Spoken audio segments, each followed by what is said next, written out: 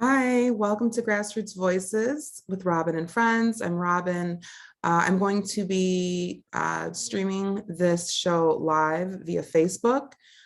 So just give me a couple of minutes to get all set up and then we'll be getting started with the show. So thank you again so much for your patience. It just takes a couple of minutes to share the episode, and then I share this episode across all the various political Facebook groups. So again, it just takes a moment, and I'd appreciate if you can just give me a minute or two. Again, thank you for your patience.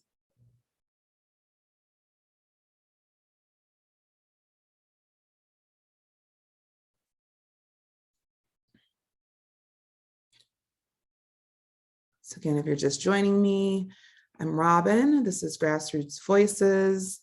I'm going to be getting started in just a few minutes. I'm just sharing the show across the Facebook groups, and so that takes a minute or two to set up.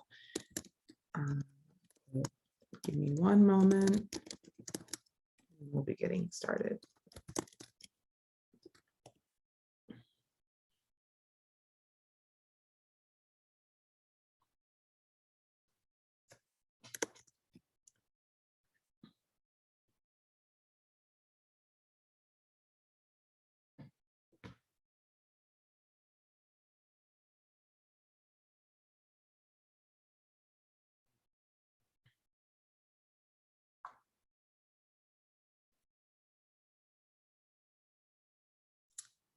Hello, hello. Hi, everyone. Welcome to Grassroots Voices with Robin and Friends. I am Robin, and we're going to be getting started in just a few minutes. I just have to set everything up, share the episode live through the Facebook groups, and then I have to go in and pin the post to the top of the group, so make sure people can see it. And then from there, I usually will share the post across various Facebook groups. So all of this takes about a minute or two. So just give me 1 or 2 minutes, and then we'll be getting started right away with the show. And thank you again for your patience.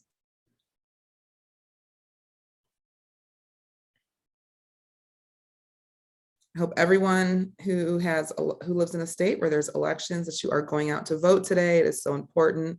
A lot of state and municipal elections are happening. So please make sure that you go out and vote.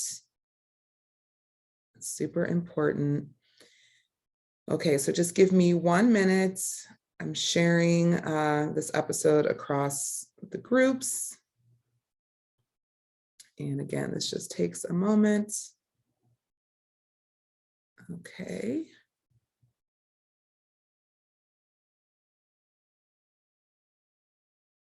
Thanks again for your patience. Okay.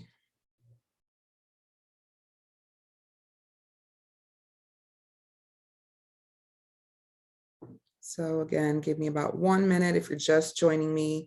I'm Robin. This is Grassroots Voices with Robin and Friends, where community and politics meet. And I am just going through and sharing this episode across our various Facebook groups, political, social justice, organizing Facebook groups, and that just takes about a minute or so. So just give me a minute, 30 seconds, well, probably 45 seconds to a minute, and then we're going to get started with the show. What I normally do is I'll play a few videos at the top of the show, just to give people an opportunity to hop on and join me. And then I'll delve into the episode that we're covering today. And this is gonna be a really great episode today, especially if you haven't caught past episodes. I'm going to be doing a mid-season recap and playing different snippets from our various guests, so we can kind of touch on topics we've covered, as well as calls to action. So you definitely want to take time to watch this episode. Again, I started this to elevate and highlight the voices of change agents out there who are doing the work every day to make our community and our society overall a better place. So again, give me about 30 more seconds and then I will be getting started. Thanks for joining me. And thank you for your patience.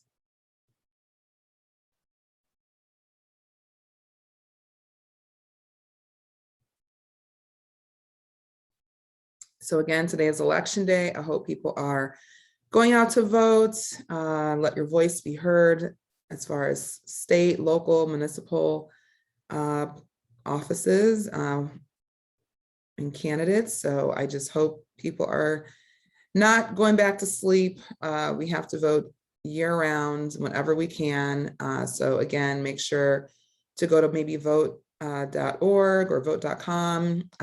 They have information across the country regarding voting. So if you're not sure what time your polling location closes, you can go check there. You can also check I think it's When We All Vote. I think that's Michelle Obama's organization. Again, you can Google. So please, please, please make sure that you are going out to vote today. And you're gonna hear from a lot of people who are doing a lot of work to protect the vote. During the show, I'll be playing snippets from past episodes. So again, make sure that you and your friends, if you've already voted, maybe call or text some of your friends. That's what I did this morning. Just giving them an extra reminder to vote. So, okay, so we're gonna get started. 10 more seconds.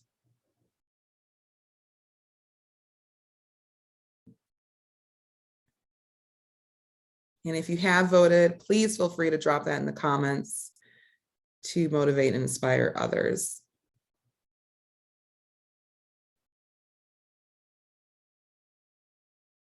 Okay, I think I have shared it across the groups. I belong to so many groups, Facebook, political and social justice groups. So this is why it takes so long for me to get everything set up. But okay, so I think I'm gonna go ahead and start the show. All right.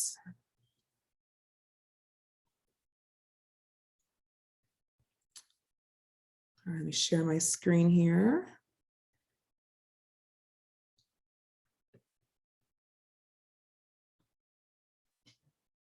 So again, happy election day. I hope again, everyone had a chance to go out and vote, extremely important. So again, welcome to Grassroots Voices. If you're just joining me, Grassroots Voices with Robin and Friends. I'm Robin. This is where community and politics meet. And I started Grassroots Voices mid-August, and we've been going since then, about August 13th of 2021. And the reason I started this show is because I have a lot of friends and associates and colleagues in the political world, over the last several years here in Georgia, but over a decade. I've been doing work in and out of politics across various states.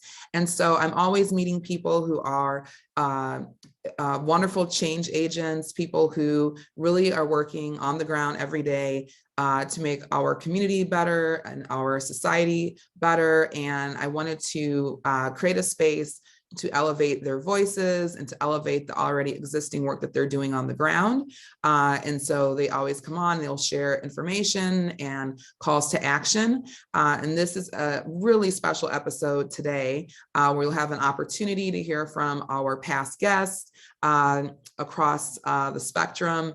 So this is a mid-season recap, episode 13, mid-season recap. I'm going to recap and play snippets from past shows. So if you haven't ever seen a show, you're just joining us for the first time, welcome. Or if you've missed some of them, this is a great opportunity for you to catch up. And again, to hear the work that's already taking place out there on behalf of all of us, and also hearing the calls to action. So again, if you can donate $5, $10, $20, or if you have time to volunteer, please listen to our guests, past guests who are on the show today, and just choose one or two calls to action, or just choose one episode, and please support, again, the already existing work that people are doing. A little goes a long way. So what I would like to do first is I'm going to just play a video or two, again, just to give people a chance to hop on, and then I'll come back and I will start the rest of the show.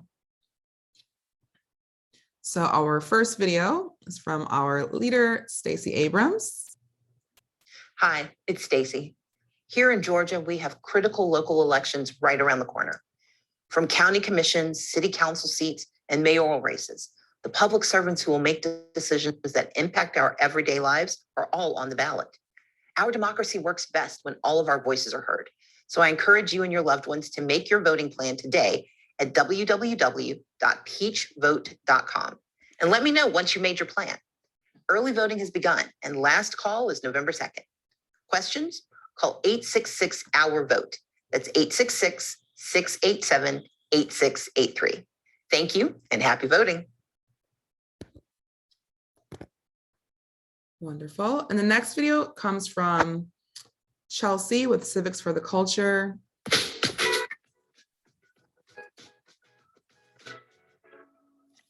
Hey y'all, and an extra hello to my new folks. My name is Chelsea Hall, your favorite Libra from Fair Fight Action, and I run Civics for the Culture. If y'all watched the last episode, we discussed the importance of federal legislation, specifically the John Lewis Voting Rights Advancement Act. Hella things have moved regarding this bill. It got passed in the U.S. House of Representatives. Thank God. So I thought I should tell y'all about this crazy process and what we can do in the future to influence bills that are most important to us. And I know y'all know what I mean by us. So I got a new special guest to help me walk through all of this with y'all. Say hey to the people. Hey everyone, thanks for having me, Chelsea. I am so excited to be here and ready to share so many facts, so let's get it in. So the path bills take to become national law can be confusing, but let's start at the beginning.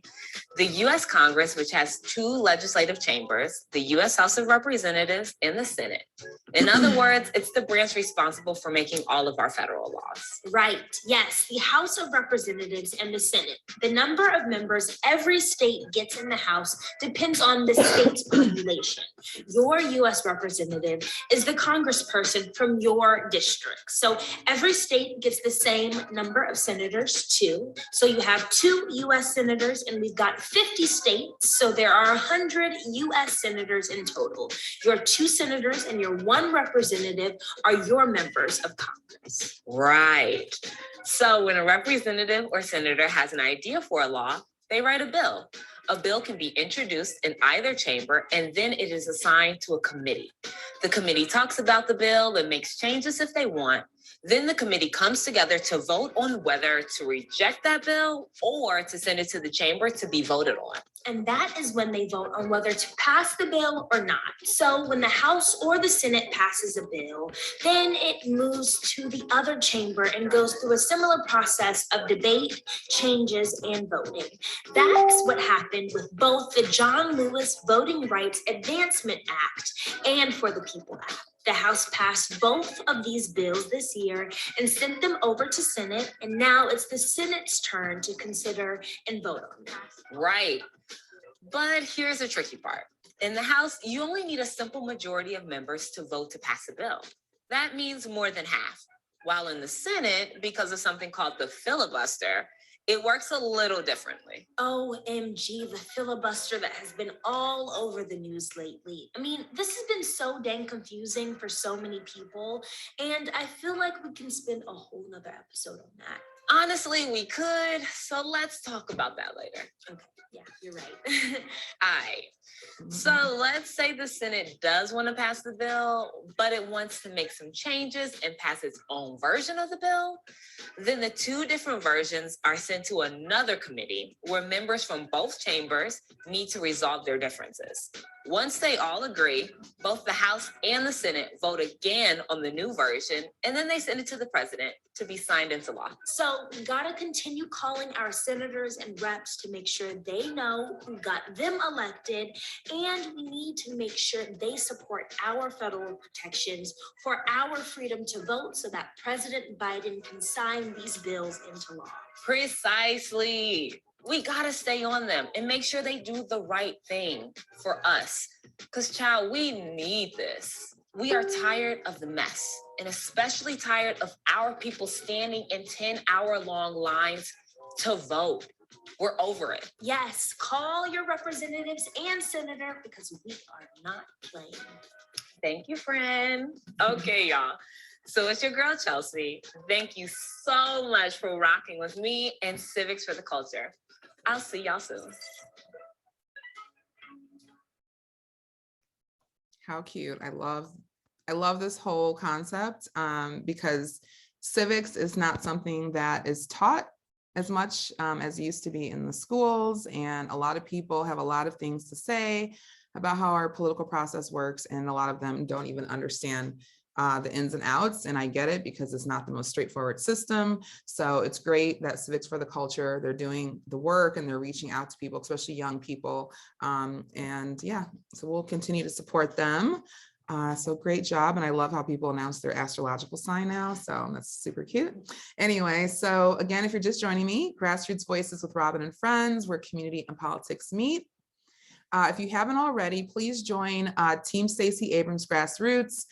This was a group I started in March of 2020. It's had a variety of names through the whole process, but we've been around for a minute and we're almost at 23,000. We have about 23,000 members. So make sure to join Team Stacey Abrams Grassroots.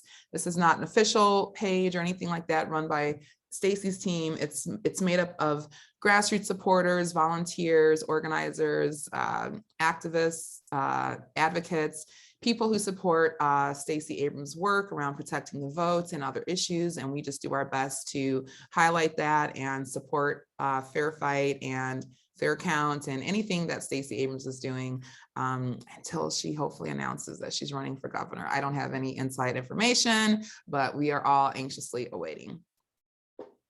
We also have our sister groups, Team Georgia Blue, Stacey Abrams Fair Fight Club, Stacey Abrams for President, which was started by Reid Jones. This was even before President Biden announced that he was running for president. So, and then we have a Blue Georgia for a Stronger and Progressive America, Envoys for Humanity, Disability and Democracy, and the Rural Progressive and Afro Southeast Georgian. So those are all of our sister groups. I'm the founder of Team Stacey Abrams and Team Georgia Blue.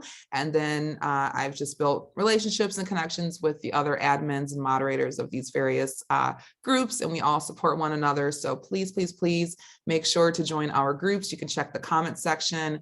We don't all post the same information. So make sure to join those groups that pique your interest.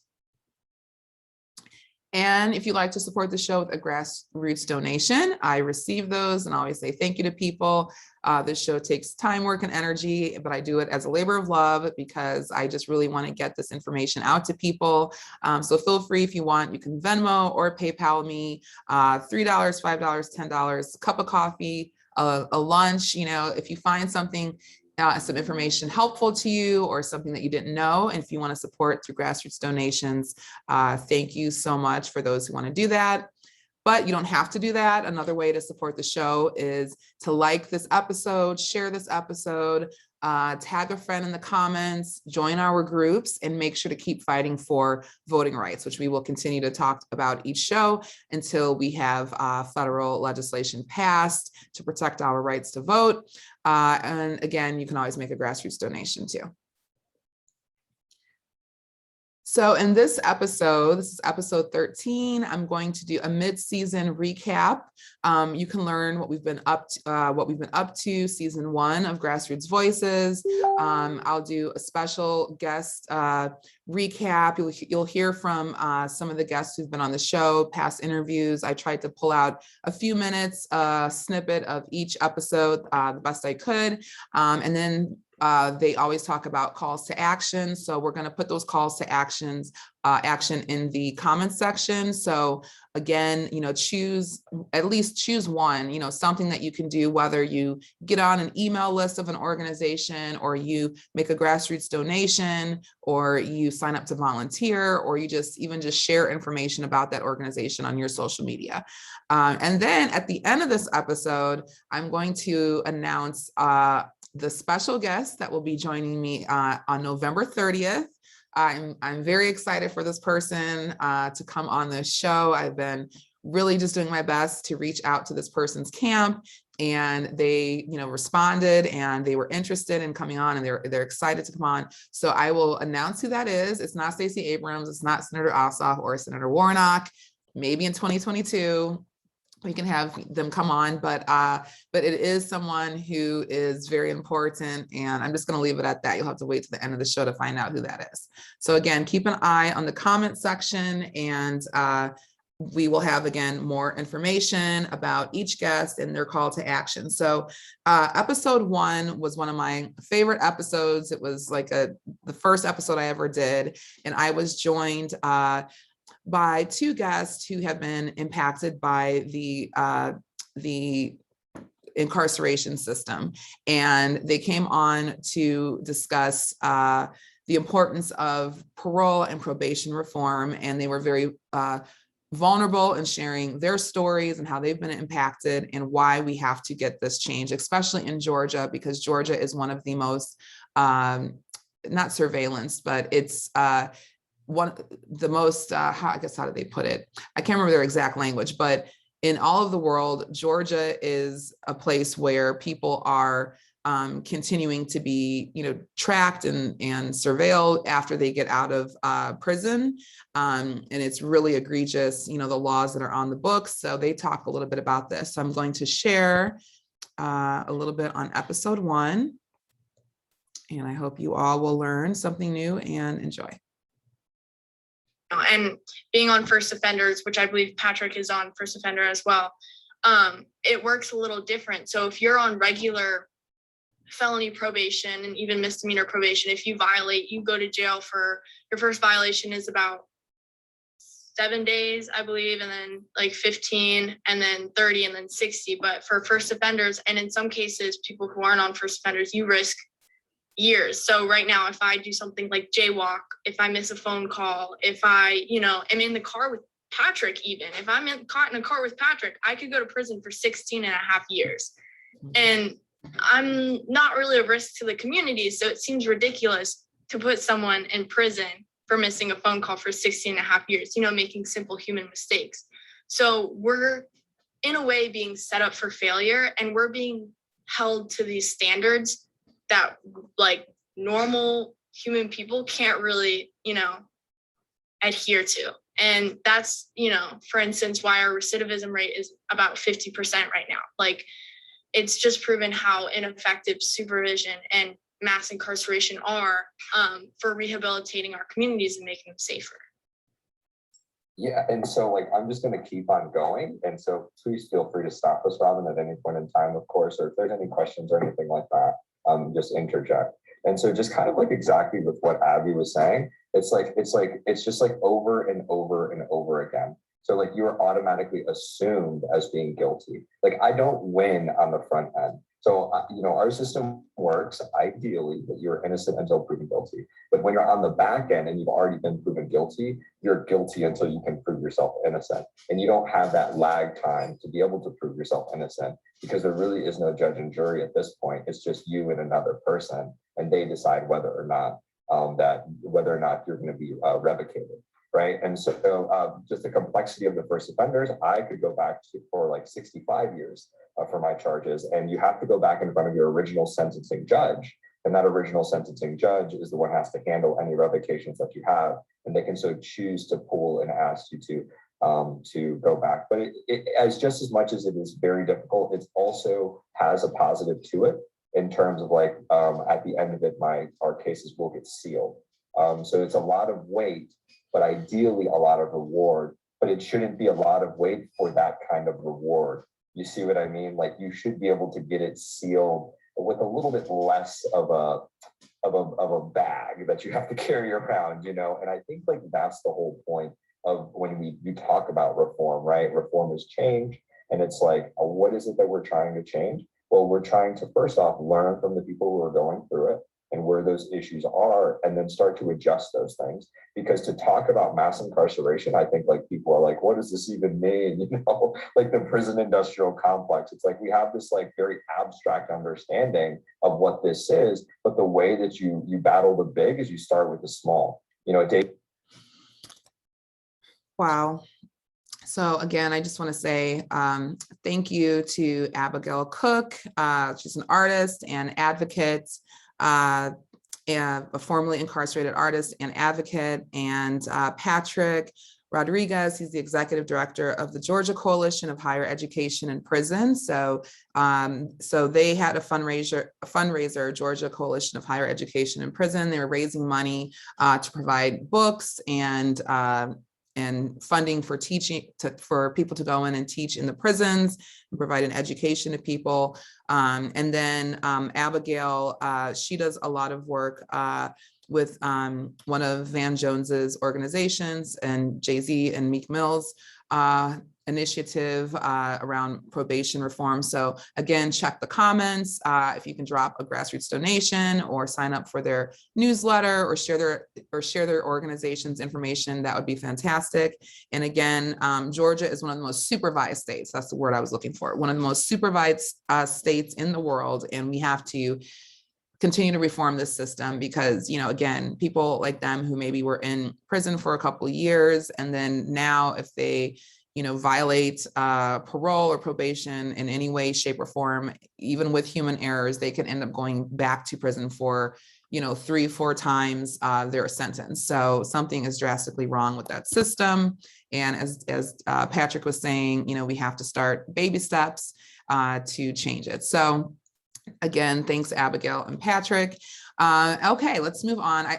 During episode 2, I did a recap of voting rights issues. So I didn't feel like I needed to recap myself and, you know, that whole episode again. Plus, we've been talking about voting rights each episode. So I'm just going to move on to episode 3, where all of you were able to meet Dante Carter. He's running for mayor of Sandy Springs. Today is his election. Sending up a prayer for Dante that he crosses the finish line. And Dante, he also is an alum of Florida A&M University, where I also attended college, and we just had our homecoming, and we actually won the football game as well. So anyway, Dante, he has run a fantastic race. He is really energized the Sandy Springs community, and I had a chance to sit down and speak with him about Sandy Springs, which is a suburb right outside of Atlanta, Georgia, and he shares some of his thoughts on Sandy Springs and his mayoral race. A lot of minorities out here. Yes, it is. And I think there's been this perception of what Sandy Springs is that has been upheld for so long that does not match reality. And my hope is that by running, we'll see an expansion of the electorate. We'll start to see more people coming out to the polls, because that's what matters. You know, the biggest, when I look down and, you know, this started off with a conversation between my wife and I, and her just talking about how hard it was to keep nurses here because they're traveling from so far around the metro to come work at Northside. And I'm just like, you know, why in the world can't they just find somewhere in Sandy Springs? And well, they can't afford to live here, you know, a vast majority of them. There are doctors that can't afford to live here. And I mean, when I started to look at that, more than 90% of our first responders can't afford to live here. So we've got 6 Fortune 500 companies in Sandy Springs, more than any other city in the United States of America.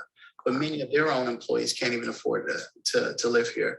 You know, we had a corporation come in, I believe a few years ago, and they brought in 230 employees.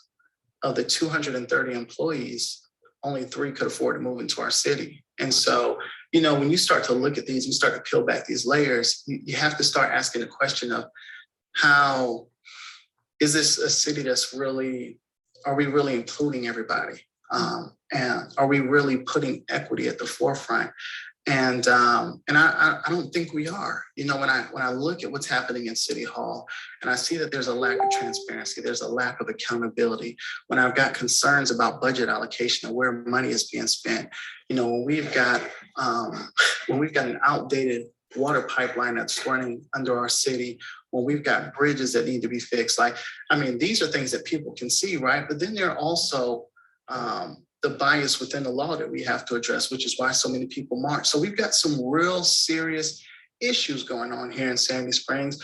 And if you can't consider the least of us, how do you consider any of us? You know, and that's the spirit from where I'm coming from, and let folks know that, hey, we've got some real work to do. We got to put some work in.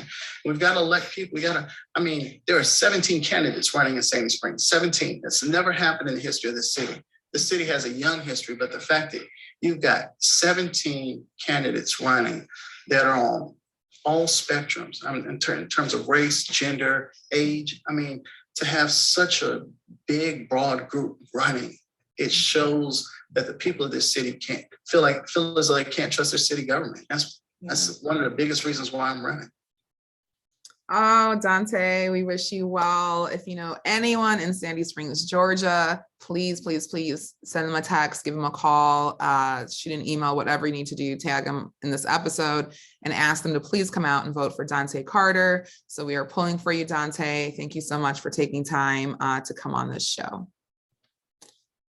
So episode 4, I was really excited to interview Shireen Mitchell. She is at the top of her game. She has been named one of Fast Company's most influential women in technology. She is a social strategist and diversity consultant and data analyst, and she is an award-winning technological founder and, again, diversity analyst and political and social strategist. So she came on the show. I met her via Clubhouse, the app Clubhouse. A lot of times we were in the same rooms, and she always just provided a very interesting perspective and insight into whatever the discussion was that was happening. And so I invited her on the show, and she graciously accepted. And we talked a little bit about, a lot about disinformation and misinformation campaigns targeting Black Americans. So, you know, we saw this in 2016 with the presidential election, but it even dated back a little farther than that. And we're seeing it now again when it comes to COVID disinformation, misinformation campaigns. So again, we're going to hear from Shireen Mitchell. Tracking all of these things. So our campaign, Stop Digital Vote Suppression, is focused on constantly tracking these. We want people to also report these types of things to us if you see them. We're collecting that information, and during every election, we're tracking the disinformation. One of those examples is the Stop the Steal campaign that we can tell you, because we've tracked it, was a campaign that started as a hashtag in 2016 and turned into a domestic action that led up to January 6th. That's a disinformation campaign that was taken to an extent of violence on the Capitol. So those are the kinds of things that we focus on, because to me, if you want to flip a whole election, that's voter suppression. You're trying to literally remove other Americans' choices about who they voted for. So we spend a lot of energy on that. We put out different reports about that. We're tracking campaigns that will impact any future elections, including 22, 2024. So we're preempting as much as we can.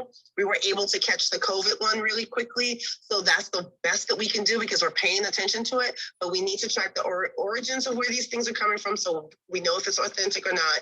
And we have to see where they amplify, and then have to try to deal with counter narratives about what's really going on, and making sure the right information gets out. Like what happened in Philadelphia during Stop the Steal was a lot of disinformation was being shared, and people were showing up with videos and images. And even the AG was sending out counter messages about the disinformation, and people weren't even believing the AG. So those are the kinds of things that we track, because it was interfering with people's ability to, drop off their ballots during that time period. There were videos that were basically fabricated, that poll watchers were being kept out of places that they did not belong in, and that signs were being put on doors that were being said that they were voter suppression signs, and they weren't. Like these are the types of things that we have to keep tracking. And Philadelphia is just one example, but we saw the Stop the Steal start in Philadelphia and saw the way it moved across the city, all the way now to what we see now with Arizona with that fake audit, right? That's all based on a disinformation campaign, and all of that is a focus on voter suppression. I really encourage people who like to post political posts and everything on social media, or if you're an admin or moderator, it is so important that you have a grasp and understanding on what misinformation and disinformation looks like, because it can come from anywhere. I think they said when it came to some of the COVID disinformation and misinformation, it was maybe like 5 people or sources across the country, and then sometimes across the world. And, with social media, things spread like wildfire, so that, something that can reach tens of millions of people. So maybe we'll do a show sometime in 2022 and bring on either Shireen or another expert or both, and have them discuss, kind of step by step what to look for. But pretty much you want to stay away from sharing memes that, sharing information that's not sourced. Make sure that you're double checking information, whether you, check, different publications that are traditionally known to, to tell the truth, or just do your own research. And then another thing people do a lot of times on social media, they'll share something to prove a point. So they might say, okay, they'll share something that is not true, or share something that, comes from a nefarious bad actor. And then they'll share that information to say, look what they're saying, or something. And they don't provide actual true facts. So that does not help the situation. You're really participating in sharing more disinformation and misinformation. So anyway, it was great to have Shireen to come on. I actually heard her on Clubhouse today, and they're tracking some campaigns that happened leading up to the election day today across the country. So she's going to have more information about, especially around critical race theory. That's like the hot, disinformation, misinformation campaign topic that's being used. And a lot of these things these people who are putting this out, they're testing it for 2022 and 2024. So it starts now. And again, thank you, Shireen, for joining us. We're going to move on to one of my good friends, Mr. Rick Hart. He was the president of the Young Democrats of Georgia at the time. I'm not sure he still is anymore, but I think he had to give up that post because he's now working in Senator Warnock's office. And so, but before he left his post as president of the Young Democrats of Georgia, he joined me for an interview. So he's a very outstanding young man. He's finishing up his last semester at Morehouse College. And so he's been very busy. I haven't really even talked to him since this interview, so I'll get up with him after exams. But Rick, he's talking a little bit about why everyone needs to keep their eyes on Georgia now and into the future. I can't quite think of anything else. Maybe one thing that I just wanted to expound upon is something you mentioned about a lot of folks believing that we couldn't do what we did in Georgia, and just kind of harping on that. We have to do it again next year. So going back to your point about folks that are maybe tuning in from out of state, please do whatever you can to support folks running for office, whether it be federal, state, or local here in Georgia moving forward over the course of this next year, because we're going to need all the help that we can get, just like we did got in the general and in the runoff. So please don't forget about Georgia. Please do not take your eyes off of what is happening here in Georgia, because the balance of the Senate is going to depend on what happens in Senator Warnock's race next year. The future of the state hangs in the balance at determining who is elected our governor next year. Our Secretary of State's race determines who will be eligible to vote moving forward. The balance of the House, arguably U.S. House, lies in terms of what happens with redistricting with Congresswoman McBath and Bordeaux's seats. So there's so much happening here in Georgia that I would just urge everybody to not forget about us, because the fight of our lives isn't over yet, and we got to continue to organize. Thank you, Rick. And Rick is absolutely correct. Next year. So many people, they counted us out here in Georgia before anything even got going. I can't tell you how many conversations I had with people in the political world, whether, at the DNC or within various presidential camps, past colleagues of mine from the Obama campaign. I remember a friend of mine told me Georgia's not, really being taken seriously. They're just using Georgia to get money. It's really all about another state. I won't say which state, but that state did not go blue. But anyway, I used to, keep trying to talk and tell people about the work that so many people here in Georgia had been doing for years to lay the groundwork, and that the state was going to flip in 2020. I had 1,000% faith on that. And then, of course, you have the 2 Senate races and the runoffs. And again, like as Rick was saying, we have 2 House seats that are up here in Georgia, Representative Lucy McBath's seat, as well as Representative Carolyn Bordeaux. And we have to make sure we're defending their seats. So again, that could impact the balance of the House, as Rick said. And then, of course, we have Senator Warnock's seat. Recently, his opponent was endorsed by Mitch McConnell, and Trump is really behind a specific senatorial candidate that who might end up taking on Warnock next year. So again, Georgia is the battleground. And then we have another very important race with our governor, obviously, and then Secretary of State. So again, please keep your eyes on Georgia. This is where it's going to be happening next year. And this leads me right into a great conversation I had with Kyra Reed. Kyra is the constituent, the Black constituent organizer for the DCCC. That's the Democratic Congressional Campaign Committee, and she is from Georgia, so she's not coming from DC or out of the state. She's from Georgia. This is where she lives, and she is working already to start to organize Black voters here in Atlanta ahead of 2022. Or like, I love hearing about how Black businesses got started, especially like restaurants, because I think food is so important to everyone, especially our community. And so having a good conversation over food while amplifying a Black business, and also talking about how 2022 is going to amplify Black businesses.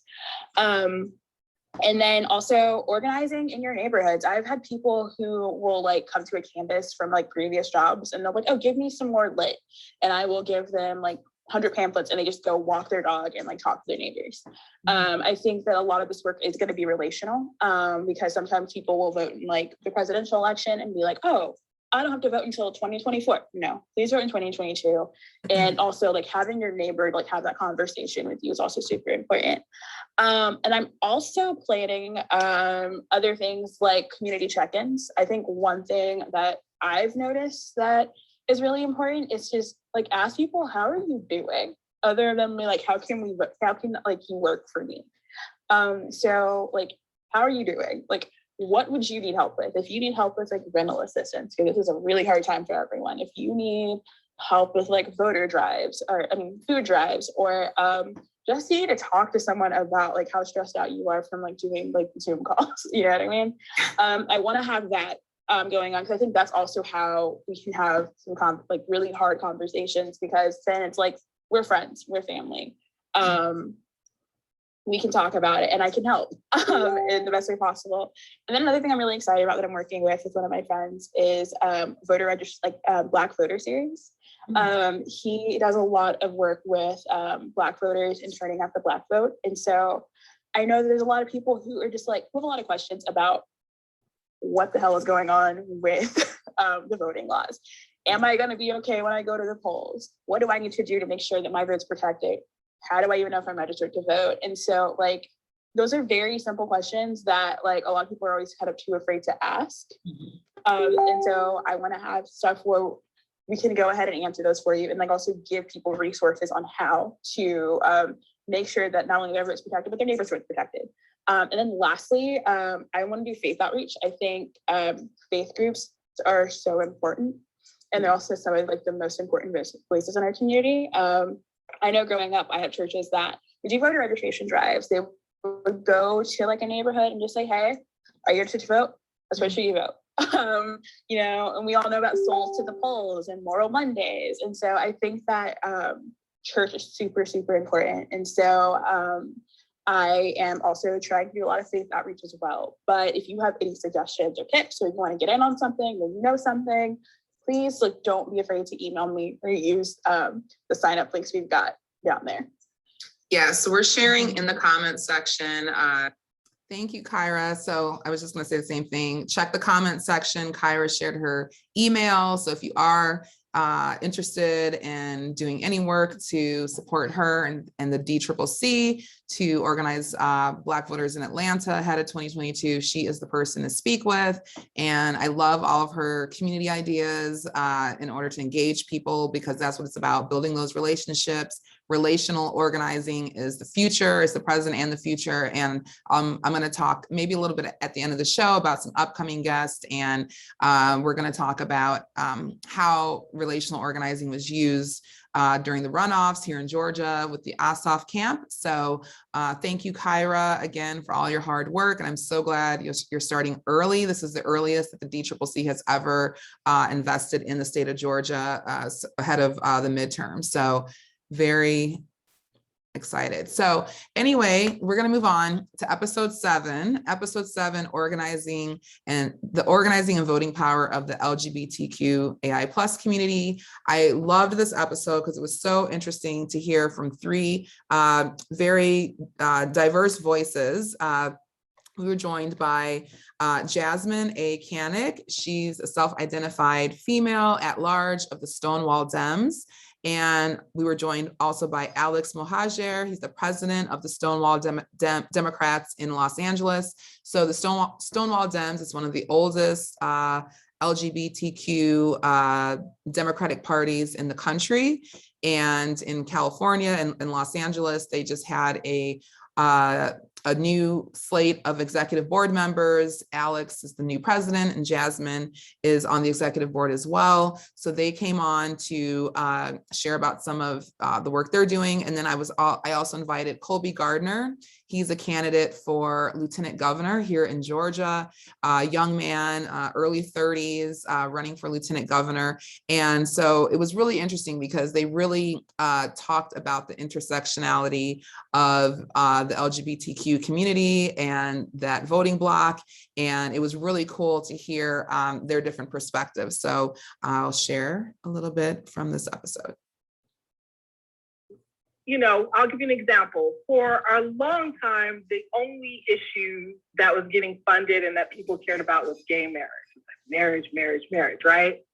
And that's what the LGBTQIA community was pushing for. And I would always say, well, look, as a Black lesbian, I can get married tomorrow, but if I don't have the money to buy a house, if I can't get a job, if I don't have access to health care, if I don't, you know, what is the generational wealth me and my partner are accumulating here or trying to pass down? Like, you know, that was that for the most part, that's the feeling for white gay men and white gay women. That was their feeling, was gay marriage. And as a person of color, as a Black woman, that is not my feeling, right? And so being able to get married wasn't like the end all for me. And I still see a lot of that today in our voting bloc, right?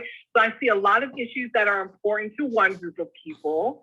And then there are all these other issues, right? And the other issues are the everyday issues. Food, housing, you know, as far as I'm concerned, and Alex, you can jump in here, in LA, our community should be focused on LGBTQIA youth who are homeless. That should be our number one issue in Los Angeles, because, you know, I live downtown at the intersection of murder and rape, and all I see are young, queer, unhoused people. And it's like, where are we? Like, are we still worried about trying to get married and all this stuff? Like, what future are we leaving or developing for these young people that are behind us? I mean, could you imagine at 16, at 17, at 18, already being on Skid Row? Where do you go from there?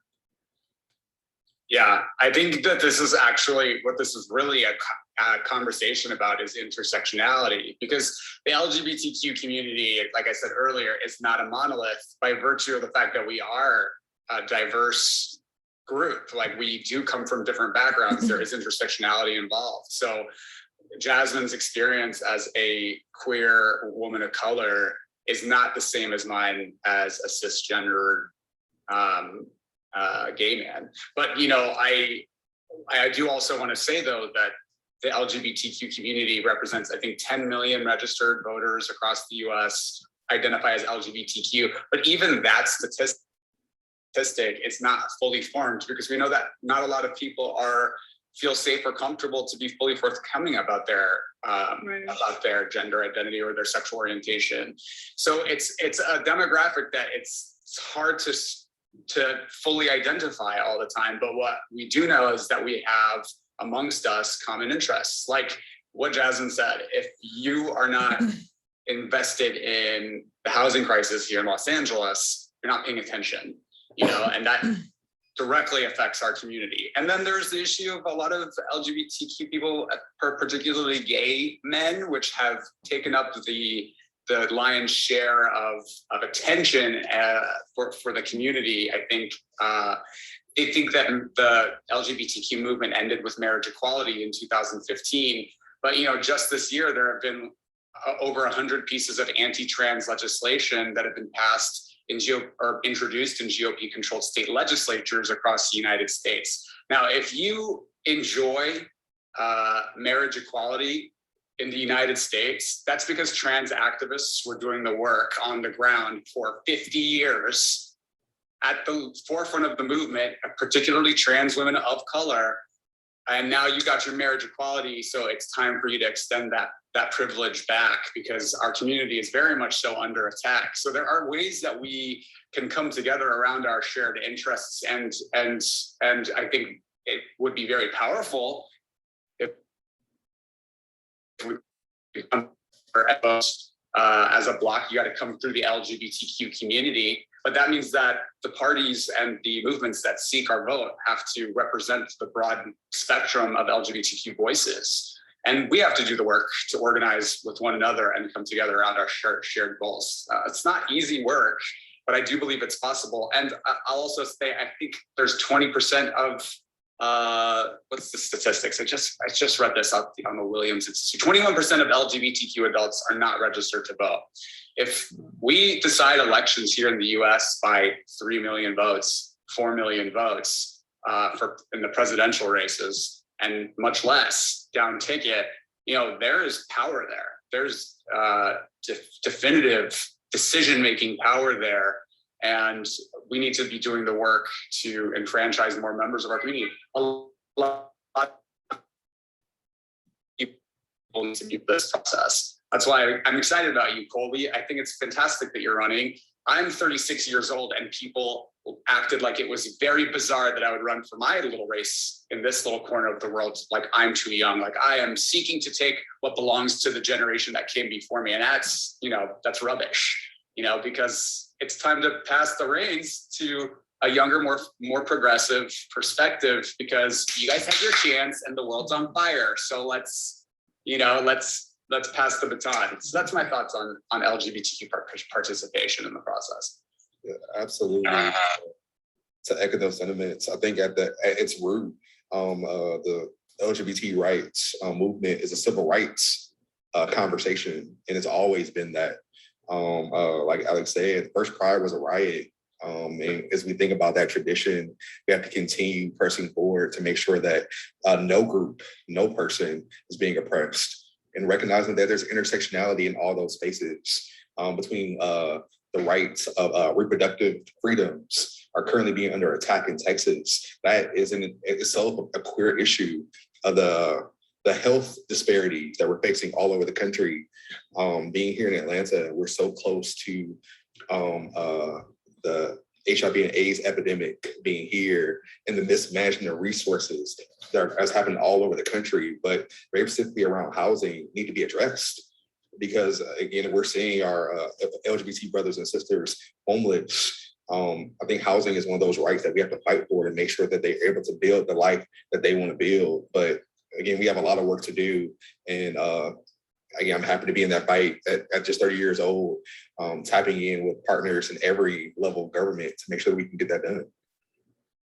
I just love that episode because you had 3 people from the LGBTQAI community, and they have similar and different perspectives and experiences. So it was really great to hear from all of them. Thank you all for coming on. So we're going to move on to episode 8. Episode 8, I spent some time speaking with Rebecca DeHart. She is the CEO of Fair Count. Fair Count is another one of Stacey Abrams' organizations that she started after 2018. They really focused on the census, making sure that they reached underserved communities who normally maybe don't get a lot of attention regarding the census. So they were out there during the pandemic, making sure that people participate in the census, which happens every 10 years. And it's super important because it determines distribution of resources and lets people know, who's in the population that are in, certain cities and states. It also impacts the drawing of the districts for the House as well as state and local government. So Fair Count has been out there doing incredible work. And then they also moved into doing COVID relief work as well. They stepped up and did that. So I'm going to play a little snippet. I think I have it marked. If not, you'll have to bear with me, from my interview with Rebecca DeHart. She's going to speak about gerrymandering and the act of cracking, packing, and stacking. Cracking, packing, and stacking. And this is how districts are gerrymandered. And this is why, again, we have to make sure we have federal voting rights legislation, because some of the legislation in the Freedom to Vote Act will eliminate partisan gerrymandering.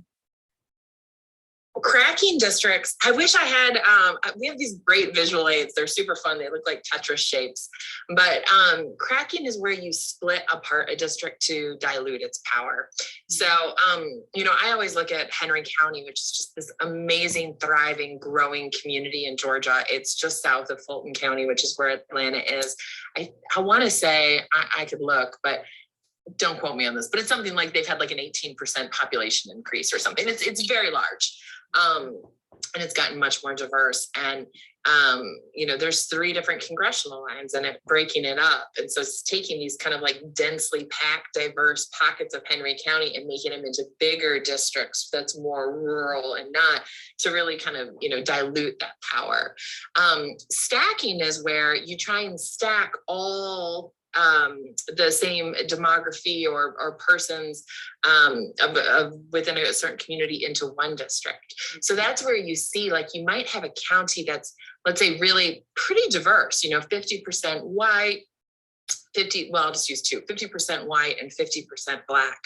And what you do is you take all of one person, let's say I'll try and put all of the Black residents, instead of equally distributing over 2, really pack in one of them so that, it has like a 90% Black voting population, whereas another one maybe only has 10, 15, etc. So even though the county is 50-50, everybody's stacked into one district, and it dilutes the voice. So then it's 3-1 white, Black.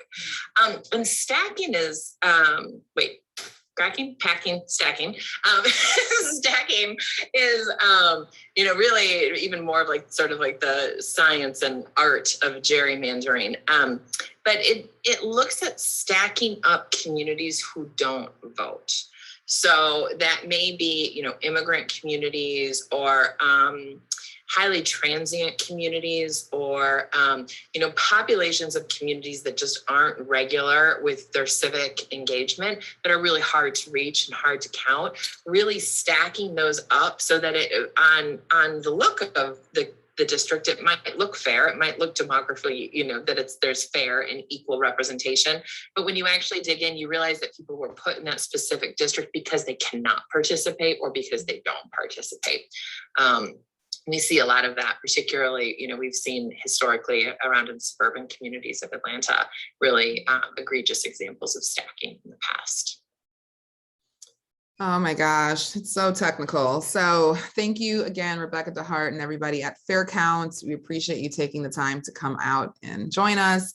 I'm going to get into this later, but we are going to have a guest that comes on in the next couple of weeks who will talk about fair districts, and we can maybe hear a little bit more about cracking, packing, and stacking and how gerrymandering works, especially because now the new maps are starting to come out. I think they have until maybe November, December to vote on the new maps. And again, hopefully we can get voting rights passed in time.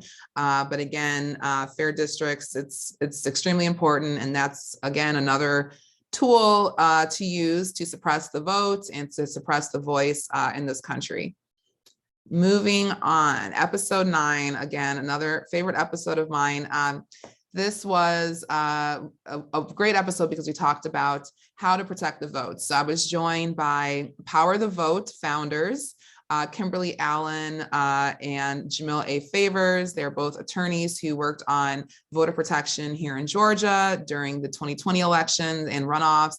And then them, along with their other founder, Jason, they started Power the Vote. And they're going to talk a little bit about why we need voter protection teams year round and why it's important to fund the state parties to help them to create voter protection teams. That's right. That's right. And we founded Power the Vote to fund voter protection work at state Democratic parties for a really specific reason, which is that the Democratic Party and also the Republican Party, if they chose to do it, has a role to play in election administration and in voter protection that is really unique. And I think a lot of folks don't appreciate this, but under state law in every state, they have some role to play, whether that's appointing poll watchers who can be inside of polling places. In some states, the parties appoint poll workers, they appoint election board members, and so on. And that's critical work. There was a recent ProPublica article that highlighted that Steve Bannon and Republicans are moving in the space to appoint, Republican poll workers and other kinds of elections officials. And so we were concerned at the end of 2020 when we came out of the win in Georgia, and we elected those 2 excellent senators that we love so much. We saw that all but 4 state Democratic parties had completely lost their voter protection programs. We knew from Georgia, voter protection work happens year round, whether that's fighting voter suppression bills or, working to fight voter purges or developing relationships with elections officials, appointing election board members, whatever it is, that work happens year round. And we wanted to make sure that resources are there to keep voter protection infrastructure in place, to make sure that the Democratic Party is well positioned to do what they can do to help protect the vote and ensure that voters have access to the vote. Mm-hmm. Is this, and so, when I think about the, Bush v. Gore, 2000, it seemed like for a long time, at least the way it was introduced to me, it seemed like voter protection was always coming in, after the fact, and it was too late. And I guess, since then, I know there's been a lot of changes, and I believe Georgia was their state party was one of the first to have voter protection year round, and then, a couple of years ago, and then maybe eventually more parties. But what, I guess, is it a matter of funding, or why, I guess, don't parties typically have voter protection already built in? I think funding is a really critical piece of it. I think so many state parties would want a robust year-round voter protection program if they had the money to do it. Typically, in my experience, look, I'm fairly new to this space. Until I worked with the Democratic Party of Georgia in the 2020 cycle, I was a litigator and I was not working in any kind of political space. But my understanding is that state parties are actually really under-resourced. And that's a shame because they're the ones who are there year-round. The campaigns come in just a few months before the election and they kind of parachute in. But we want to support and resource the people who are there year round in these communities, building out networks of volunteers. That's critical infrastructure, and it is under-resourced. I think the other challenge is that typically the Democratic Party has been in a campaign mindset. And so they're very used to just throwing a ton of resources at this problem right at the very end. And I think, what we hope to do is move the party and move, donors and move other folks in the direction of thinking about ways that you can make smaller investments earlier on that have a bigger impact over time. This is one area where we think that's very much ripe for doing. And we hope that that's where the party moves in the long term. And just to follow up on what Kim said, I also think, Robin, it's just a change in mindset. And I think that's a change in mindset all across the board. Because before, like I said, you can do voter registration, you can do get out the vote. And a number of these issues outside of just registering the vote weren't brought up until actually the election and after the election. But now we're able to see in midterms, we're able to see in municipals whether a county that has Black and brown individuals has less drop boxes than a county that doesn't. We're able to necessarily see whether there are voter purges on rolls all across the state. And so that's why we need individuals there year round. You're right, Georgia was one of the first states. And again, it has ramped up over the years, but unfortunately, it's one of those situations where you sometimes lose that historical knowledge because you ramp up and then ramp back down. Just like Kim just said, it's that campaign mindset. And that's where we're trying to come in and have a new mindset to say, as we always say, you never have to get ready if you stay ready. And what Power of the Vote is trying to do is ensuring that we have people there year round that are staying ready, doing the vote, doing the work, so that when those elections do come around, they're already put in place and we can triage at a much, much larger scale. Fantastic. I love attorneys. I have a legal background and I miss being able to talk and interact with attorneys all the time. So again, thank you, Kimberly and Jamil. I'm so excited for them to connect with some of my friends in Florida. I think they've already been in contact, but they're going to be focusing on Florida, Georgia, North Carolina, Texas, and Arizona. So I think those are going to be the 5 states that they're really going to hone in on for 2022 and into 2024. Maybe they'll add more states along the way. I think, did I say North Carolina? In North Carolina, if I didn't say that, North Carolina's in there too. So pretty much the Sun Belt battleground states, that's where Power of the Vote. That's where they're putting their focus. So again, another great organization to donate to. So please check the comment sections. I think all the calls to action and the links and websites and everything are in the comments section. So please follow up with any of these guests and support them in their work. Okay, so the next video, or the next episode was episode 10. I can't believe we're already past episode 10 already, but it was great to celebrate the Atlanta Reproductive Justice Rally in March that took place October 2nd. And so that was my first time being involved in planning a rally, a massive rally in March. I mean, I was one of many people who were part of the planning committee, but it was really exciting and it all came together just within a few weeks over an app, over Signal, and it was really cool to be part of that. And so I wanted to bring on 2 of the core organizers who actually kind of, brought me into all of it, which is Reid Jones. He's the founder of Stacey Abrams for President and Stacey Abrams Fair Fight Club, as well as Jen Nelson, who is an activist and advocate here in Georgia. And so they just came on and just talked a little bit about how the planning went and how they got involved in planning the reproductive justice rally in March here in Georgia. And I mean, I still can't believe we pulled off the event that we did in that sort of a time. Yeah, so much goes into it. Sorry, I think hold on. Okay, we're gonna start here. Give me 1 second. It was going so well. Okay, here we go. Oh, great. Okay. Was just progressively going further and further and deeper into how to get involved in the movement and stay in the movement. So it was beautiful. It was amazing. The weather could not have been better. The sun was like a little cloudy, so we weren't like, I got sunburned, but I'm like needing SPF 200 over here. And the march went off without a bang. There's us live streaming. Yeah, it was incredible. We marched to the Center for Civil and Human Rights I had some ice cream, met up with New Georgia Project, and yeah, it was amazing. And can you talk a little bit about, because I know there was, just a lot of brainstorming around what to call the event and why, or how did you end up with reproductive justice versus like women's rights or women's march or ban of, abortion or, anything like that? There was a lot of talk around that, and Reid was delightful and ebbing and flowing with us there, because it was like going, it was ready to go back and forth. We were just gonna place, hold, rally, and march.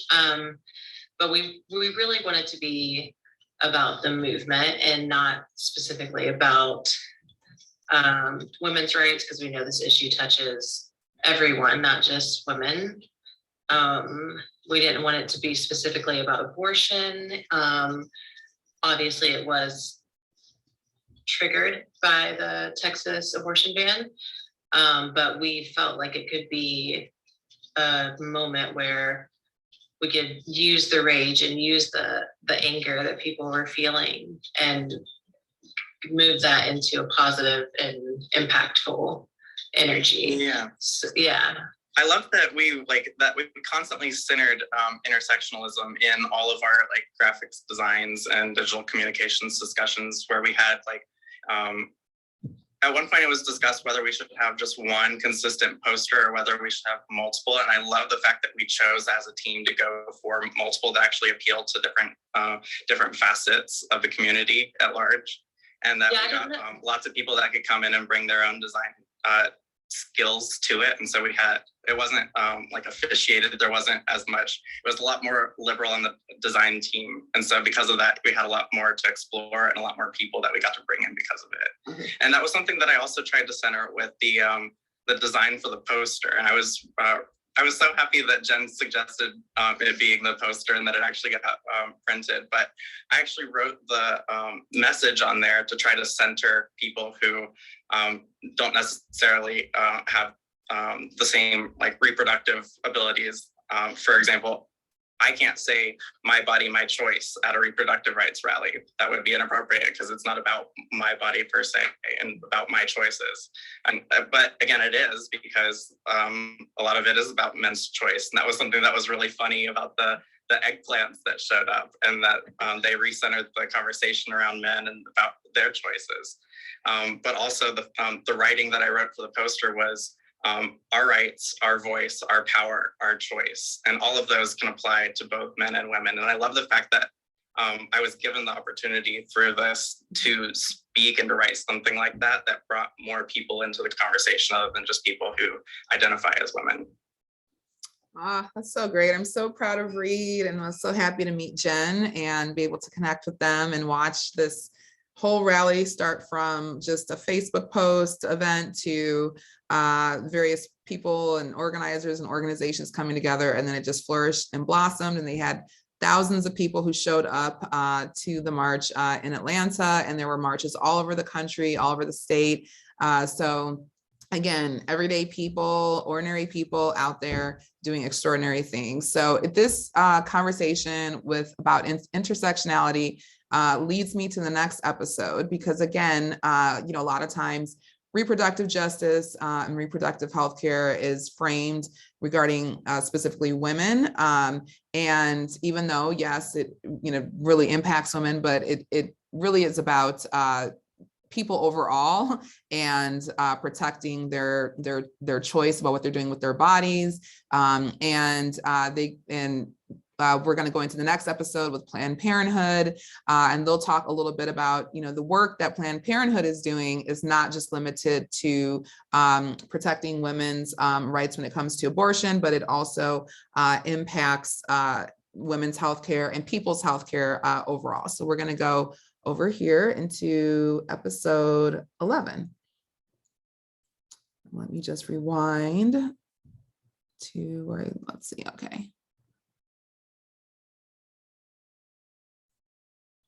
So in episode 11, I was joined by Lauren Frazier. She's the director of communications with Planned Parenthood Southeast. And I was also joined by Bev Jackson. She's a legend, living legend, organizer, advocate, activist here in Georgia. And she's also a board member of Planned Parenthood Southeast. Said, because she made some really great points. And I thought I'd, use this as a segue to share a few data points with you, right? So let's start with the first point, that 1 in 4 women will have an abortion in her lifetime.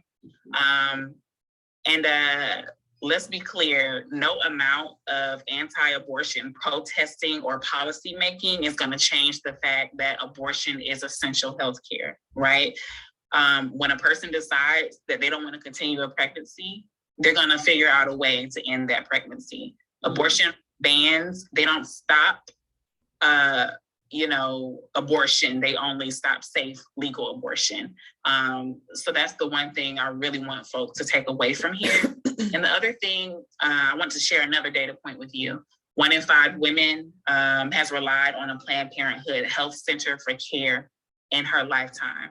And so what this data point is showing is that people really do understand the critical role that Planned Parenthood plays in providing comprehensive, expert reproductive health care services throughout our community. I mean, for many people, Planned Parenthood is literally their only source of care.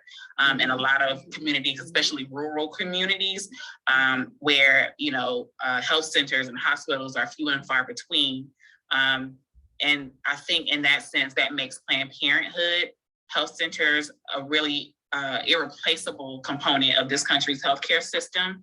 And as experts in the reproductive healthcare space, we feel a gap where family planning services and other safety net providers simply aren't able to. And I think the other thing, the other point that Bev hit on was that, without Planned Parenthood, a lot of people would have nowhere else to turn for care. So we're talking about those who already face systemic barriers to accessing healthcare, including people of color, including people with low incomes, as well as those in rural areas, who are always the first ones to be disproportionately impacted by these sorts of laws. And people forget sometimes also, great what you said, Lauren, people forget about the range of services that Planned Parenthood offers. When you talk about no clinic being nearby or no hospital being nearby, I mean, we're talking about everything from diagnosing STDs. There's clinics who actually give mammograms. There's just regular women's health exam.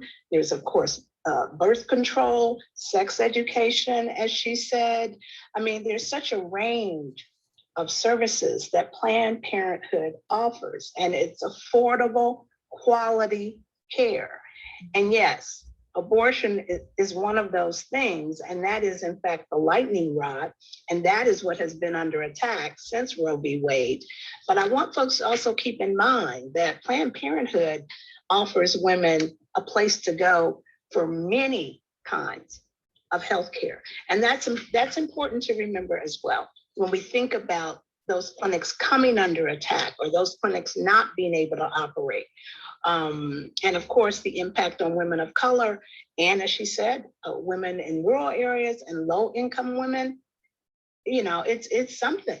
It has quite an impact on these women's lives. And then when you add in abortion and trying to decide what to do in terms of pregnancy and that not being there, that's beyond unfortunate. As I said earlier, it's just tragic. It's just tragic. And there have been 600 pieces of restrictive legislation introduced in this year alone across the country. This is the worst year. The Texas law, the Georgia heartbeat bill, everything that's been coming about, 600 pieces. I mean, that people have been hard at work trying to figure out how to take control of women's reproductive rights. And it's got to stop, because as we yelled and marched a few weeks ago, we will not go back. We're not going back. So. Oh, it's seriously cruel, especially in a place like Georgia, where the governor, he won't expand Medicaid in the middle of a pandemic. And there's been 10 hospitals that have been closed throughout the state of Georgia over the last 10 years. So if you just think about if something happens where you have to go to the doctor or to the hospital or urgent care, and the closest location is 90 miles away or 30 miles away, I mean, that could be life or death, or if people don't have the funding or the access to healthcare, where do they go? So it's so important to support Planned Parenthood. And again, check the comment section. And we have one more video. Check the comment section to see how you can help and contribute. So our last recap for the mid-season recap is episode 12. I spoke with vote writers, Sylvester Johnson. He's the National Volunteer Manager and Georgia Voter ID Coalition Coordinator, also HBCU alum. I went to Howard. And Sylvester, he came on the show and spoke with us about the work that vote writers, what they're doing. Vote writers, they help people get voter IDs. They said voter ID laws silence millions of Americans, and vote writers, they're there to help. So we talked a little bit about voter ID barriers at the ballot, unequal impact of voter ID laws, the work that they're doing, and how people can get involved with vote writers. So again, if you can drop a grassroots donation to them or to any of these other organizations, it's extremely important and very helpful, and you can really change and impact somebody's life. So we're going to hear a little bit from Sylvester about vote writers.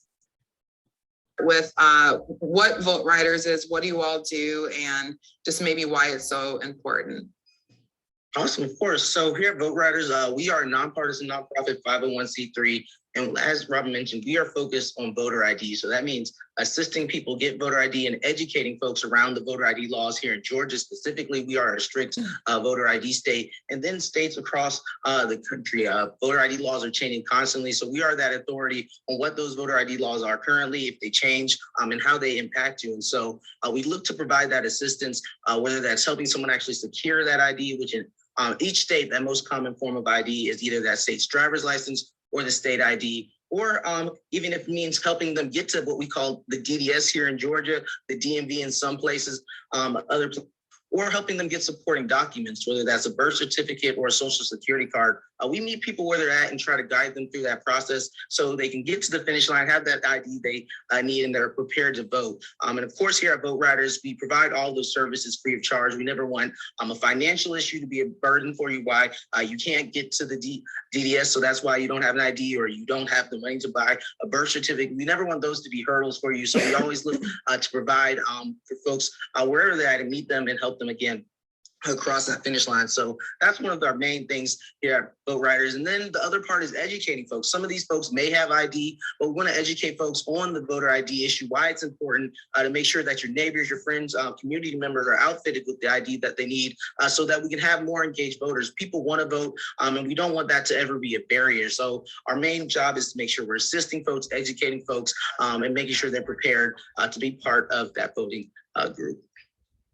And could you maybe just touch on, because I know sometimes, whether it's, in the comment section somewhere, like on social media, or it may be something like a pundit, but like why, I guess, are there so many barriers to IDs for some people? Because, some people, maybe just take it for granted because they've always had a driver's license and that hasn't been, a big issue for them, in their life. And so people often assume, it's so easy to get a driver's license, or I don't understand why people have an issue with IDs. So could you just talk about maybe some of the barriers to IDs in general, and then voter IDs?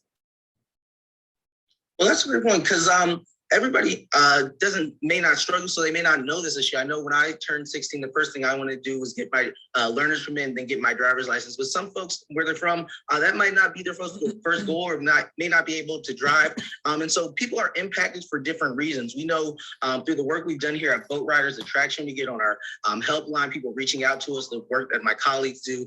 We know we work with people from all types of demographics, whether that's African-American voters, that we see a high a large number of those folks in Georgia specifically that don't have ID. When you talk about women voters, for example, they may have had an ID with their name, but if they get married or divorced, their ID may not match what's on their registration because of that name change. And so you've got to meet people at where they're at, and there's always different folks impacted for different reasons, whether it's older folks who may have had a driver's license at some point, but now that they no longer drive, they no longer have that most common form of ID.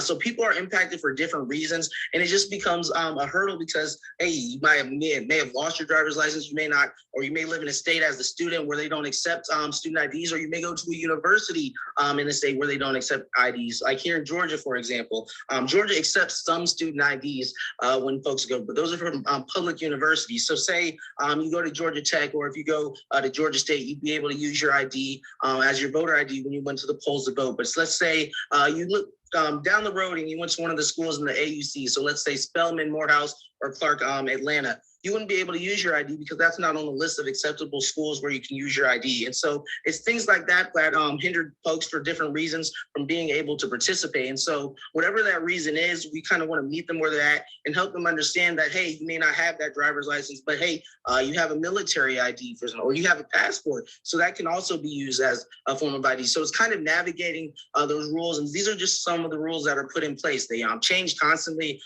This year alone, we've seen over 30 plus states introduce over 90 plus bills to have either more stringent voter ID laws or adopt new voter ID laws for the first time. Here in Georgia, we adopted SB 202 at the beginning of the year, right after the runoff elections. There was a lot of stuff in that bill, over 90 pages to be exact. But there was stuff about voter ID, specifically when you vote by mail here in Georgia. Georgia used to be a signature match state.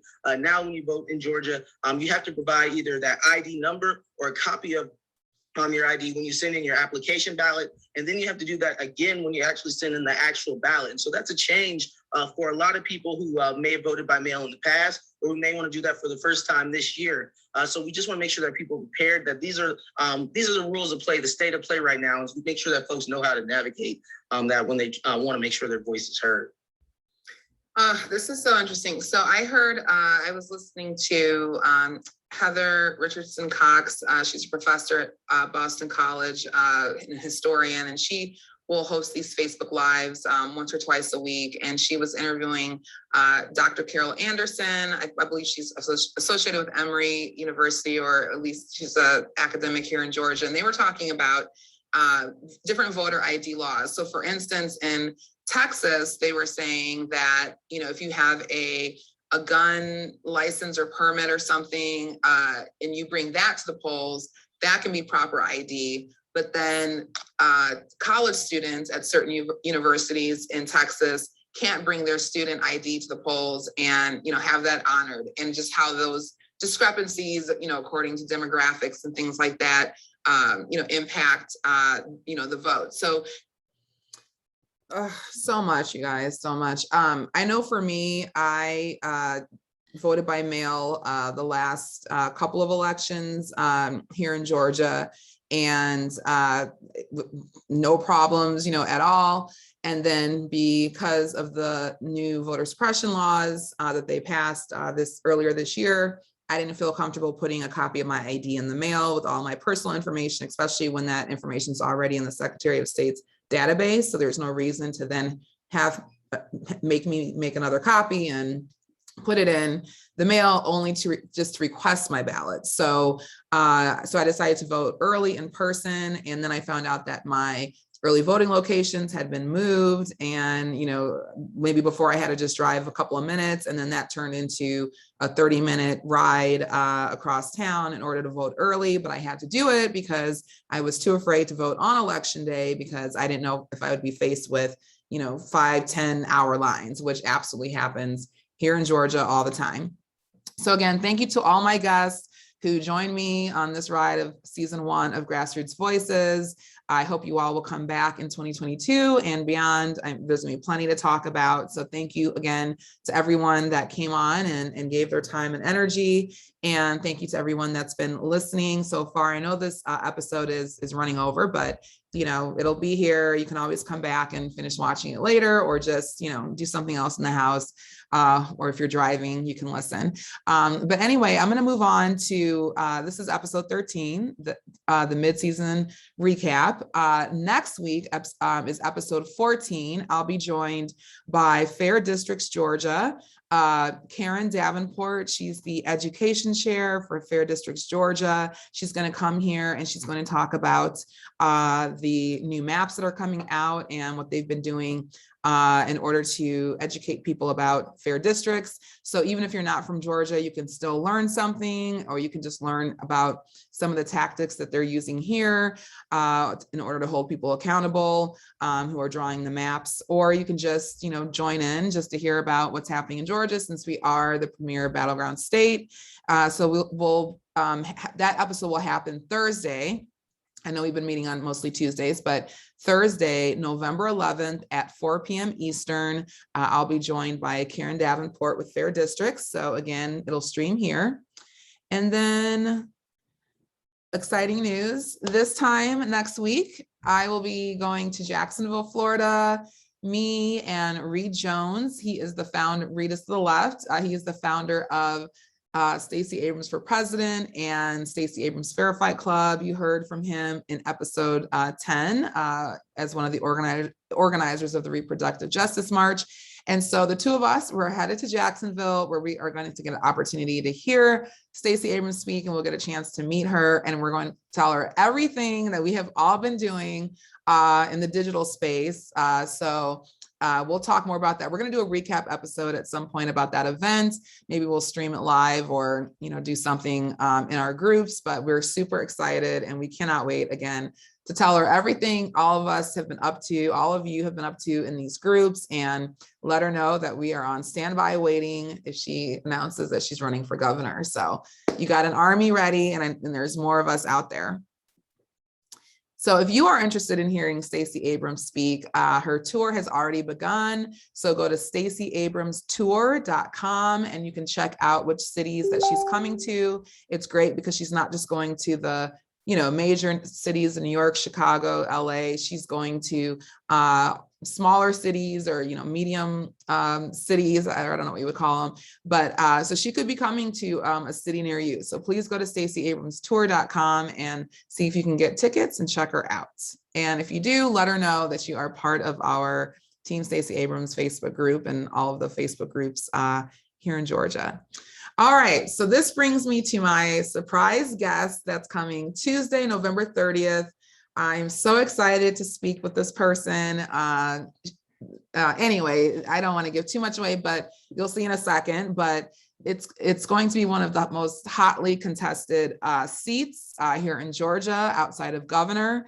It's also going to most likely be a national campaign and race that takes place because again, Georgia is the premier battleground state, and we've dealt with so many issues regarding voting and protecting the vote. So I'm going to play a video, and then hopefully that you all will join me and my special guest on Tuesday, November 30th. And I'm really excited for this. So let me go ahead and cue it up.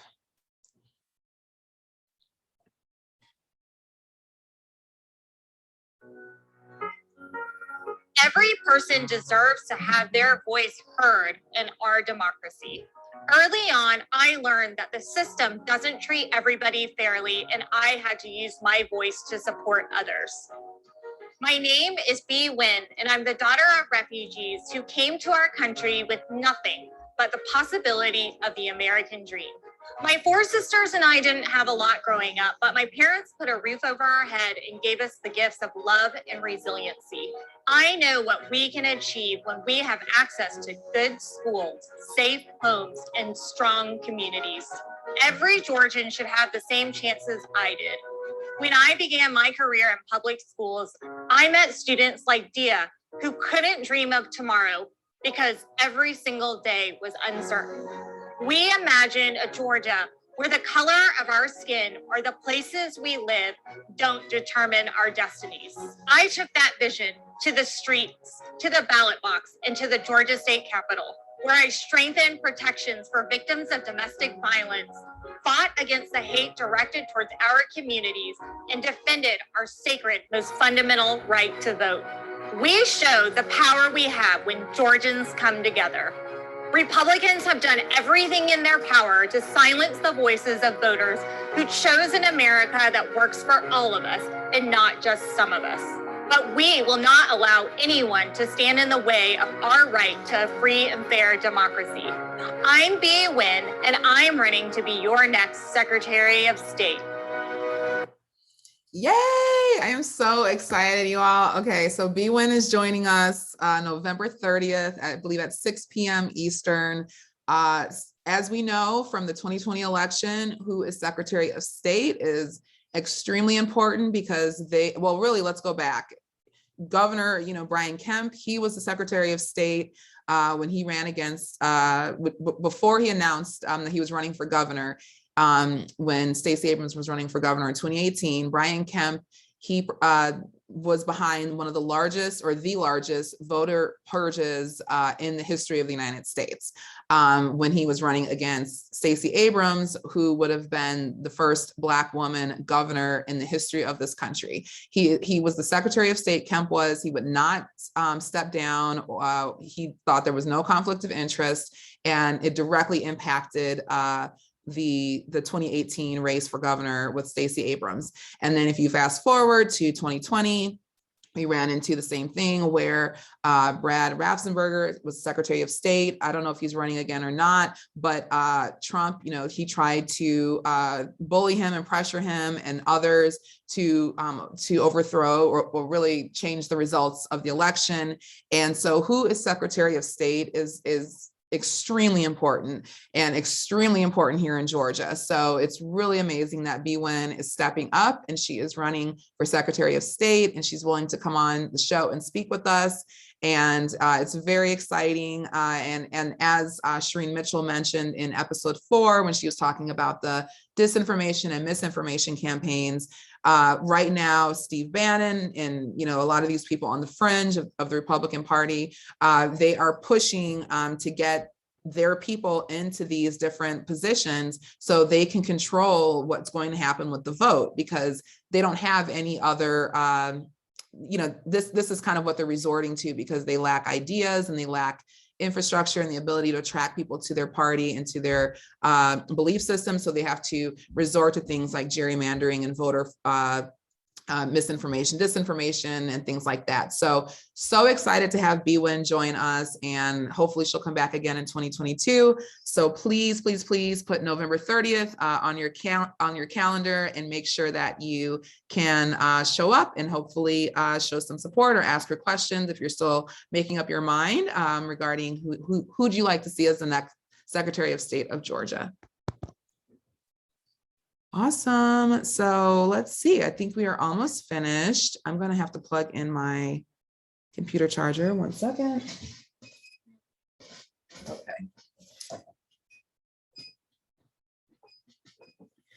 It's like live TV, except it's Zoom. Okay, so we're still calling our senators.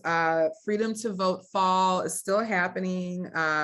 This is through Fair Fights. They are continuing to ask people to call your senators and ask that they pass the John Lewis Voting Rights Advancement Act and the Freedom to Vote Act.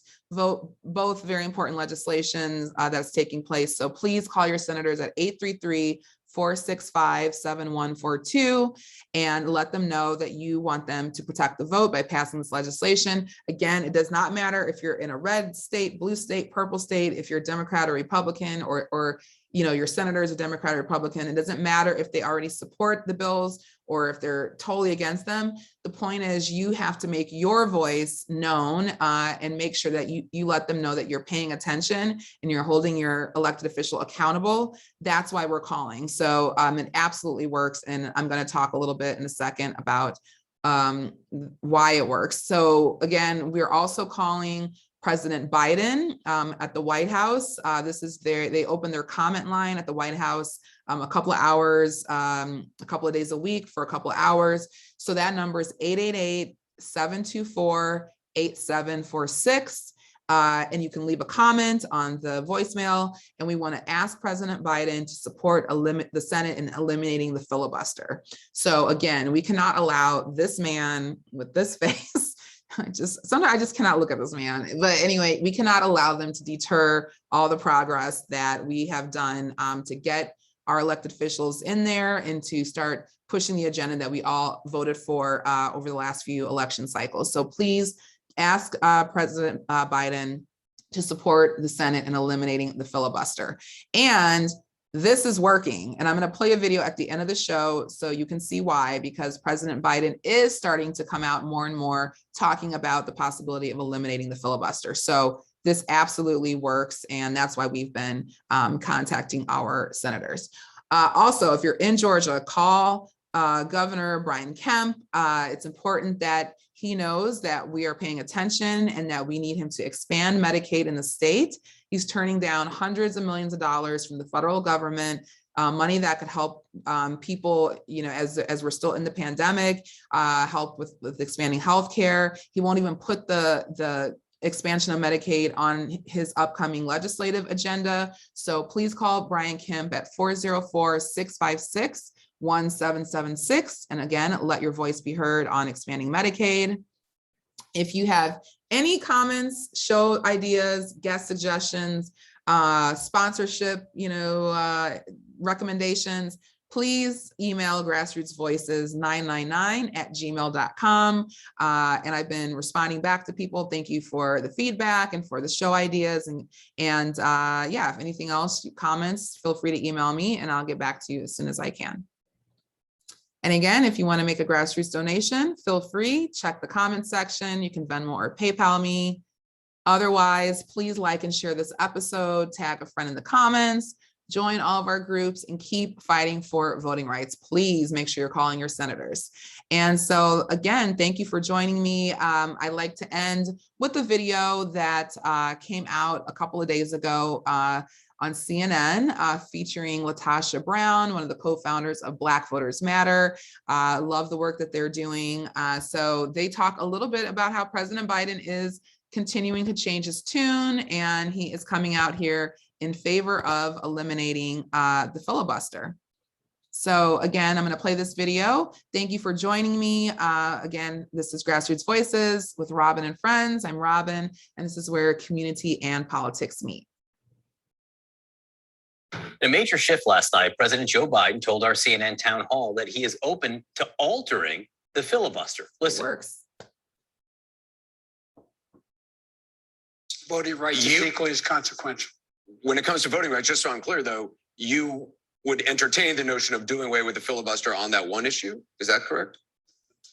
And maybe more. Voting rights and maybe more. Joining me now is LaTosha Brown, co-founder of Black Voters Matter Fund. This is a shift over where President Biden has been over time. He now says he would be willing to alter the filibuster to pass a voting rights bill. Or I should say, he'd be willing to support altering the filibuster to do so. Your take on this?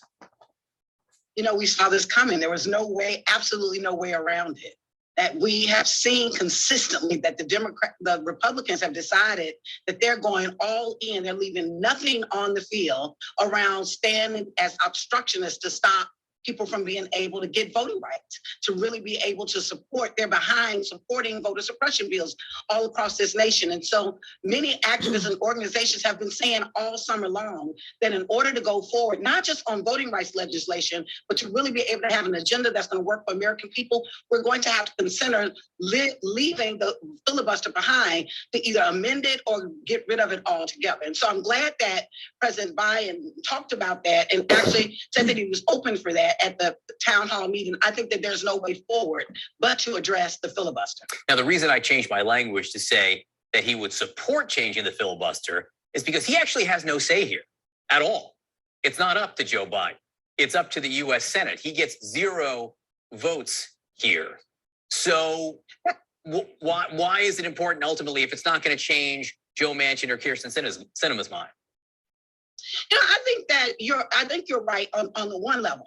That there are the public politics, and then we know that they're behind the scene politics that have been the president of the United States. You have a tremendous amount of power, and to even really be able to put pressure. And I think that it is complicated in this process when the president has been saying all along that he was not willing to end the filibuster, right? When we know that that was the issue that is going to stand in the way, that there has not been good faith from the Republicans to really be able to push something forward, whether it's the infrastructure plan or even voting rights. And we have to make sure that we're taking a strong stance on voting rights that is non-negotiable, right? And so I think that is really important that we're hearing from the administration, right, in light of Manchin and Sinema, that they have to put public pressure. We have to put public pressure, and we need that pressure coming from the White House as well. So it's about the effort. It's about the pressure. How hard do you need to see the president working on this? I need to see the president say that under no circumstances are we going to create a circumstance that when people vote, they are punished because who they voted for or how they voted. That in itself, the very nature of that is anti-democratic. We're not talking about an issue that really is a partisan issue. While there's a context around it, the bottom line is we're talking about voting rights for Americans are being under attack right now, and that should be a non-negotiable. And so we need to see the president to be unyielding to say that that's a non-negotiable, and literally use the public will and the voters that voted for him to say that under no circumstances is anything going to stand in the way of making sure that we have voting rights protection. Is he doing enough right now? I think he has to do more. We don't have voting rights legislation. Until we have voting rights legislation, listen, we're in the middle of right now, redistricting is happening right now. In Georgia, the state, my native state, right now, we're seeing the continuous purging of voters, Black voters off the polls right now. We're actually seeing the Secretary of State, the Republican Secretary of State, seek to try to take over the election board. So we're in the midst of it right now where democracy is being unraveled. We don't have much time. It is important that he does everything within his power to the full weight of his office to make sure that we get voting rights protection in this nation. LaTosha Brown, thank you for being with us. Hello, LaTosha. She's on fire. All right, you all. Thank you so much for those who hung in there with me, or if you just popped in and out, I still appreciate it. Thank you so much for joining. Again, I'm Robin. This is Grassroots Voices with Robin and Friends, where community and politics meet, and we're going to wrap up this show. So I will see everybody next week on Thursday, November 11th at 4 p.m. and for our next episode. So thank you again and have a wonderful day and week. Take care. Make sure you go out and vote. You still have maybe another hour or two, depending on where you're at, to go to the polls and vote. So happy election day. And I'm so excited to see these results and talk with you all about it maybe sometime next week. So take care.